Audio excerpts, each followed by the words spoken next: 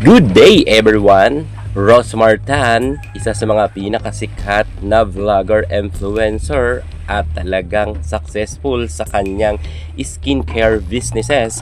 Alam nyo ba na itong si Rosmar ay may bagong offer para sa kanyang mga kababayan or kahit sino man?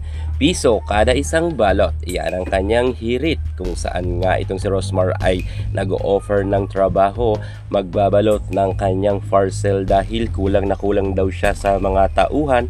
Open raw to sa mga gustong magtrabaho kahit buong pamilya raw isama, grupo, mga barkada at kahit sino pa bastang willing na willing at mabilis raw magbalot ng kanyang mga parcel sapagkat sobrang dami raw ang order ngayon kay Rosmar Tan. Sabi niya nga sa kanyang post, kung maka 10,000 kang balot, may 10,000 ka. Ngunit ang ibang mga netizen naman ay grabe ang hirit kay Rosmar. Ngunit may banat rin si Rosmar sa kanyang mga kritiko. Alamin ang buong detalye, pero bago ang lahat, subscribe ka muna. Click ang ating notification bell para lagi kang updated sa lahat ng issue sa showbiz. Susunod na.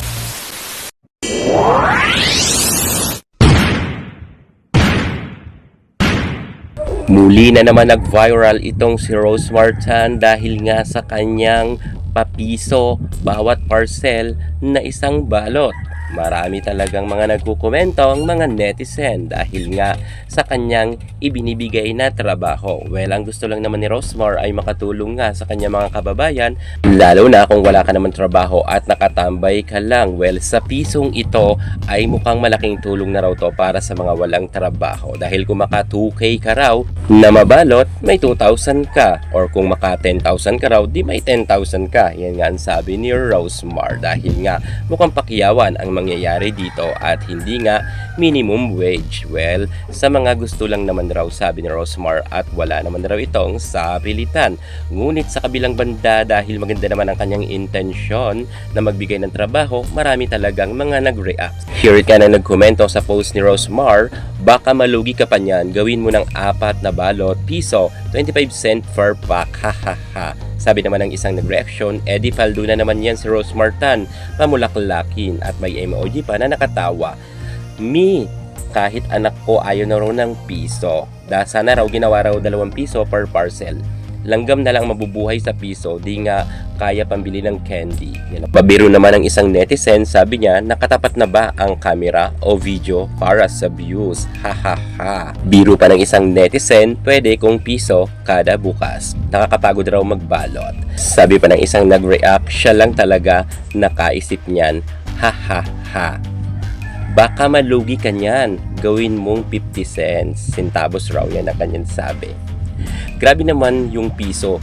Pwede pa siguro 10 pesos raw, hindi raw lugi kasi paano pa rin pamasahe, papunta at pabalik. At plus kain pa raw kasi hindi yan libre.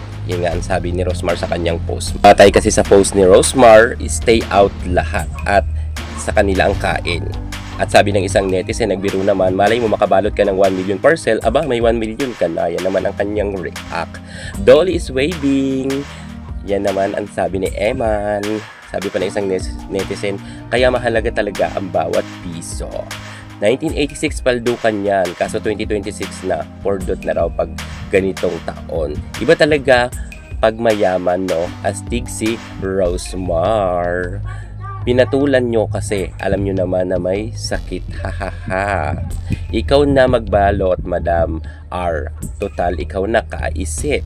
Yan sabi ni IB, mayaman na, yayaman pa yan sa pagbuburaot. Para lang sa mga uto-uto ang pagbalot raw ng piso na yan. Dapat ang sinabi is para lang sa mga desperado na magtrabaho raw. Kahit adik dito sa amin, hindi makakaisip niyan. Haha. Yan naman ang kanyang reaksyon. Rosmar lang talaga ang pinakamalakas. Malakas ang saltik. Grabe ang nag-react dyan. Grabe kababa ng piso raw. Hahaha. Masyado naman miniliit. Tingin niya sa mga tao. Ang tagal kaya magbalot. May sayad talaga itong si Rosmar, sabi nga ni Lacson. Hirit pa ng isang netizen, kuripot raw talaga itong si Rosmar. 20 pieces lang maghapon, di 20 pieces lang raw ang kita mo. Sabi naman ni Kataran Wilfredo, parang ayaw magpasahod. Buti pa raw, sinabi niya na lang, baka gusto nyong mag-volunteer na lang. Yan naman ang kanyang sabi. Iyon na lang ang piso. Ayaw magbayad ng minimum. Yan naman ang kanilang reaction. Sabi naman ng isang netizen, ilang minuto bago makabalot? 15 minutes raw. Grabe, hindi matagal. Ang tagal raw. Sa iyo na lang piso mo, Rosmar. Sinabihan pa nga ng isang netizen na buraot raw itong si Rosmar. Para mas makatipid, ikaw na lang din gumawa. Walang bawas, kikitain mo. Good luck na lang raw sa'yo sa pagyaman. Grabe naman yung piso, sobrang kinawawa naman ng mga tao. Rosmar lang sa kalam or malakas.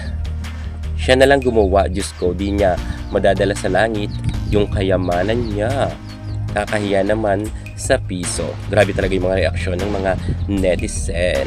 Grabe sa piso, candy nga. 2 piso din na makabili ang candy. Yes, hindi na makakabili ang piso ngayon ng candy. Dahil lugi na talaga ang tindahan. 3.5 na ang candy ngayon sa tindahan. Sa iba naman 4.5. Kaya ang piso ay talagang wala nang mabibiling candy. Lugi pag may bubble wrap raw. Kasi mahirap talagang ibalot yon. Lugi, yan nga ang kanilang idinidiin. Bakit hindi gawing minimum wage tapos bigyan na lang ng quota? Yan naman ang suggestion ng ibang netizen. Piso, pinapagod mo lang yung mga tao. Buti para mamang fishball, marami raw kita. Para lang yan doon sa mga chismosang kapitbahay na walang ginagawa raw. Pero kahit raw ang mga chismosang kapitbahay, mas maarte pa raw. Kaya baka hindi raw yung patulan. Piso ni Rosmar. Aray, paano kung malaking item? Kapag ito may complain about labor, ay kakasuhan. Ewan ko na lang, yan naman ang sabi niya. Itong si Rosmar Tan, ang vlogger na kuripot masyado, pang OA sa SOCMED. Yan naman ang kanyang reaksyon. Di talaga malulugi, insik yan. Insik pala daw yan si Rosmar Tan. Yung kay Diwata nga na 1 million na bigay niya, it's fake. Yan nga ang kanyang reaksyon. Bangag din ata to. Grabe naman to kay Rosmar. Ano rin ang apelido niya ha? Doll is waving. Ang yan naman talaga ang sinabi ni Eman kanina at ngayon. 7 hours raw ang work niya. Nung kinita niya raw ay 243. Sarili mong gupit ang bubble wrap, tapos may tape pa, may balot ulit.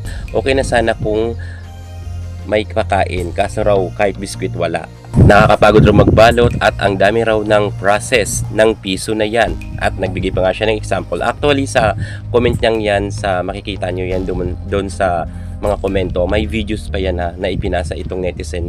Ganyan raw yung mga binabalot nila. Lugi raw talaga sabi nila kasi sa'yo mapamasahe. Ngunit kung tambay ka lang naman raw, sabi ni Rosmar, yan naman ang kanyang banat sa mga netizen. Sabi niya, walang sapilitan to. Kaya kung makatukay ka raw, may tukay ka isang araw. Kung maka 10,000 ka, di may 10,000 ka. Yan nga ang kanyang sabi. Kaya sa mga gusto dyan, wag raw kayong OA dahil maliit lang naman raw ang ibabalot. Skincare lang. Yan nga ang sabi ni Rosmar. At kahit buong pamilya mo, barkada mo, mag-work na kayo kay Rosmar at mag-apply na kayo. Piso per balot nga. Yan nga ang kanyang sinasabi at wala naman itong sapilitan. Ano ang masasabi nyo kay Rosmar Tan sa kanyang pabalot ngayon? Piso kada parcel. Kakasaba kayo? Well, kung tambay ka lang naman talaga, pwede na to. At kung wala ka naman pinagkakakitaan, mas mabuti nang may trabaho. Mabuti naman siguro ang intensyon ni Rosmar. Thank you so much. God bless.